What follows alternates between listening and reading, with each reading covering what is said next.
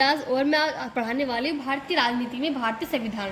तो भारतीय संविधान का निर्माण के लिए जब हमारा देश आज़ाद हुआ 1947 में, तो इसके निर्माण के लिए भारतीय संविधान के निर्माण के लिए बहुत से लोगों ने अपनी राय रखी और उन्होंने भारतीय संविधान का निर्माण संविधान सभा की मांग। तो 1947 में जब भारत देश आज़ाद हुआ तो लोगों को लगा कि हमारे देश को संविधान की आवश्यकता होगी, और संविधान की आवश्यकता के लिए कुछ लोगों ने अपनी अपनी राय रखी, अपनी राय को प्रस्तुत किया। तो चलिए बताते हैं आपको। तो भारत में संविधान सभा के गठन का विचार वर्ष 1934 में पहली बार एम.एन. राय ने रखा।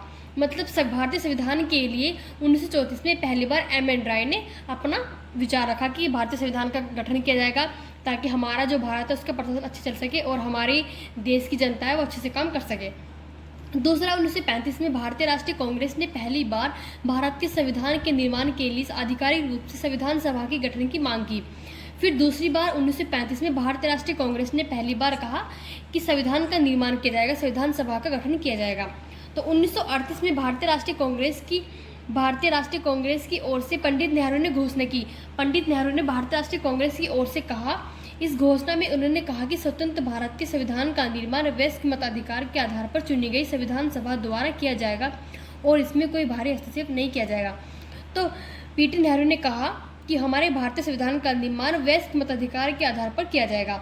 मतलब वयस्क मताधिकार क्या होता है, इसके आधार पर किया जाएगा कि कोई भी व्यक्ति 18 वर्ष पूर्ण होने के बाद अपनी इच्छा अनुसार अपने प्रतिनिधि का चुनाव कर सकता है।